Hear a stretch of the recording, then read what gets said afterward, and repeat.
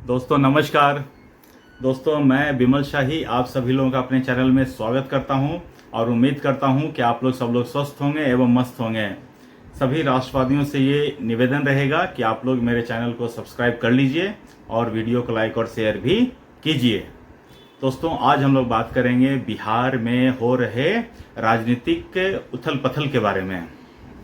दोस्तों जब से वक्फ बोर्ड संशोधन बिल पास हुआ है, बिहार में अजीब राजनीतिक उथल पुथल मची हुई है।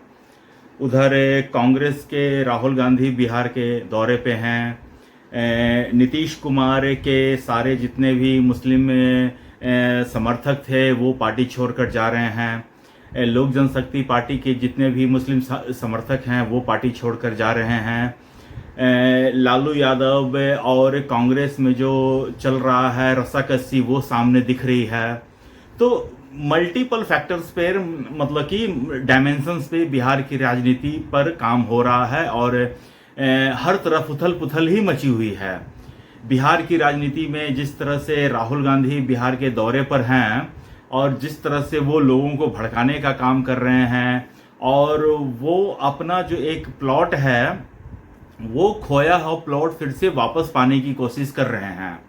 इससे सीधा सीधा जो है नुकसान मुझे आरजेडी को होता हुआ दिखाई दे रहा है। कांग्रेस चाह रही है कि वो इस स्थिति में आ जाए कि आरजेडी से वो ठीक ठाक सीटों का निगोशिएशन कर सके। दोस्तों 2020 के चुनाव में आपको याद होगा कि आरजेडी ने कांग्रेस को 70 सीटें दी थी लड़ने के लिए और उन 70 में कांग्रेस सिर्फ 19 या 20 सीटें जीत पाई थी। ऐसा कहा जाता है उस समय कि अगर आरजेडी कांग्रेस को इतनी सीटें नहीं देती और इतने सीटों पर खुद चुनाव लड़ती तो आरजेडी उस साल पूर्ण बहुमत से खुद ही सरकार बना लेती। लेकिन अब अगर आरजेडी ये सोच रही है कि 2020 वाला समीकरण 2025 में काम करेगा तो ये मुझे लग रहा है थोड़ा ठीक नहीं रहेगा, क्योंकि 2020 से 2025 के बीच गंगा में बहुत सारा पानी बह चुका है। उस समय की राजनीतिक परिस्थिति कुछ और थी। लोक जनशक्ति पार्टी के जो चिराग पासवान की जो पार्टी है वो एनडीए में साथ होकर भी एनडीए में साथ नहीं थी। वो सिर्फ अपने कैंडिडेट नीतीश कुमार के अगेंस्ट ही खड़ा की थी। तो इसका फायदा जैसे कि बहुत सारे सीटों पर आरजेडी को इसका फायदा मिला, लेकिन इस बार ऐसा नहीं है। इस बार चिराग पासवान, जीतनराम मांझी की पार्टी, नीतीश कुमार और बीजेपी और उधर फिर उपेंद्र कुशवाहा, ये सारे लोग एनडीए के घटक दल के रूप में एक साथ हैं और चुनाव लड़ रहे हैं। अब दोस्तों बात आ रही है कि मुझे आज का वीडियो बनाने की जरूरत क्यों पड़ी। जी हाँ दोस्तों, ये बात तो सच है कि नीतीश कुमार अब उस अवस्था में नहीं रहे कि वो सक्षमता पूर्वक बिहार के सरकार को चला सकें। वो सिर्फ फ्लो में बह रहे हैं, चला नहीं रहे हैं। जितनी एकाग्रता के साथ या जितनी कुशलता के साथ वो 2005 में सरकार चलाते थे उतना तो अब उसमें नहीं दिख रहा है, कुशलता तो नहीं दिख रहा है। और आदमी का एक शरीर भी होता है, एक समय के बाद हर किसी का जो है कार्यशैली में थोड़ी शिथिलता आ जाती है और शरीर का एक काम करने का टाइमलाइन होता है। उसके बाद भी अगर आप काम उससे करवाइएगा तो हो सकता है कि सही से काम न करे। यही हाल नीतीश कुमार को हो रहा है। तो नीतीश कुमार से तो सारे लोग यही कह रहे हैं कि भैया या तो अब आप रिटायरमेंट लीजिए, दूसरे को आने का मौका दीजिए। आप ही बिहार की छाती पर बैठकर अगर 100 साल तक रहेंगे तो ये तो कोई मतलब नहीं है ना। दूसरे यंग जनरेशन को आने का मौका दीजिए। लोग कह रहे हैं दूसरे को मत दीजिए, अपने बेटा को ही दीजिए। दूसरे को देंगे तो अच्छी बात है, अपना बेटा को देंगे तो आप में और लालू यादव में फिर कोई फर्क है नहीं रहेगा। विधानसभा में नीतीश कुमार कहते थे ना राबड़ी देवी को कि इसको कुछ पता है, तो जब इसके हस्बैंड जा रहे थे तो इसको बिठा दिया, ये बेचारी को कुछ पता है। तो वैसा ही लोग नीतीश कुमार को भी बोलेंगे अगर वो उन्होंने अपने बेटे निशांत को बिठा दिया तो।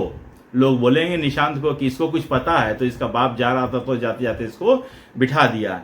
मुझे लगता है कि नीतीश कुमार और जनता दल यूनाइटेड की पार्टी जो है अपनी पार्टी को इस मुकाम तक नहीं लाने देगी।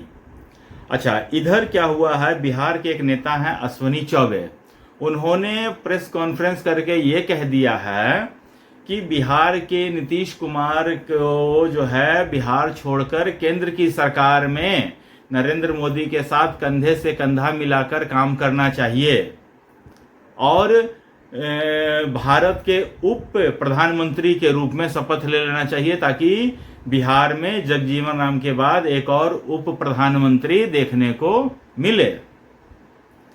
अब जैसे ही ये बीजेपी के नेता अश्विनी चौबे का बयान आया है, उसके बाद फिर से दोनों पार्टियों में मतभेद है ये सामने आ जाता है। जनता दल यूनाइटेड के जो प्रवक्ता हैं नीरज कुमार, वो बोलने में 2 मिनट भी देरी नहीं लगाते हैं।